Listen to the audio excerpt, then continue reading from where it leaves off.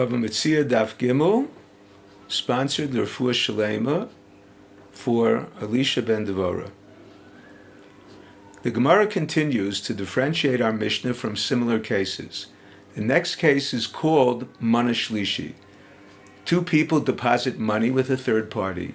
One deposits $200 and the other $100. Both end up claiming the $200 deposit. In this case, the Rabbanan, they hold that the disputed 100 is held by the court until the true owner is identified. This is understandable, even in light of our Mishnah, because imposing a division is unjust when the court knows it belongs to one and not the other. In the case of our Mishnah, a division is just because it could technically belong to both of them. Rabbi Yossi, on the other hand, he holds the court withholds all the money until they identify the true owner. Otherwise, there's nothing to compel the Ramai to admit.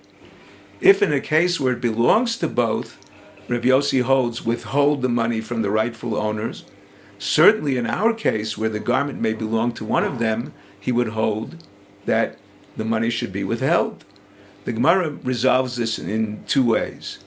He holds in the case of the deposit it is more important to expose a Ramai and not divide any of the money. In our Mishnah, where there is no definite Ramai, he would agree to divide on the basis of an oath. The second resolution is, in the case of a deposit, the loss for the Ramai of his half would encourage him to admit the truth. In the case of the lost object, withholding the item will not encourage him to admit, since he stands to lose nothing anyway. The question is, according to the Rabbanan Rabbi Yossi, in a case that we discussed yesterday, Chenvani al Pinkaso, the law should be Yehei Munach in that case because there is a definite Ramai. The answer is the storekeeper and the employee can claim their money. The storekeeper can say, I followed your instructions and I paid your worker. The employee can validly claim that he's entitled to his wage. Both are not required to trust the oath of the other. In addition, the employer did not demand from the storekeeper the salary be paid in front of witnesses. The next inyan in the Gemara is an interesting halacha of Rabbi Chia. He holds, just as one must swear for a partial admission, the law of Moida b'miktsas, that the defendant has to take a shvu on the other half, he must also swear if witnesses testify to a part of a claim, the reason being based on a kal v'chomer.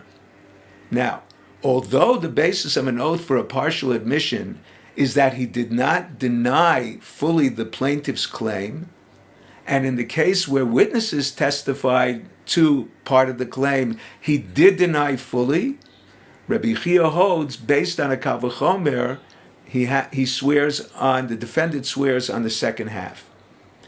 However, the Gemara rejects a kal v'chomer on the basis of the witness's ability to obligate the defendant to pay money in general, because the defendant's admission also obligates himself to pay. So there's no koyach of the witnesses over the defendant in that respect. The Gemara also rejects the kal v'chomer on the basis of the obligation to bring a sacrifice for a sin, since one's admission obligates himself to bring a sacrifice, whereas the testimony of witnesses does not.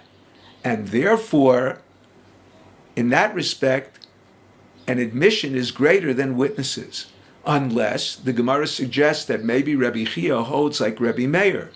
Rabbi Meir holds that two witnesses are believed to be machayev a korban based on a kal v'chomer.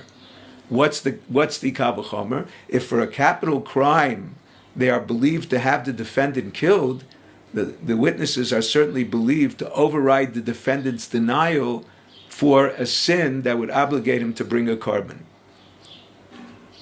The third point is that the kal v'chomer is also refuted on the basis that witnesses can be contradicted by other witnesses, whereas the admission of a defendant cannot be contradicted by witnesses.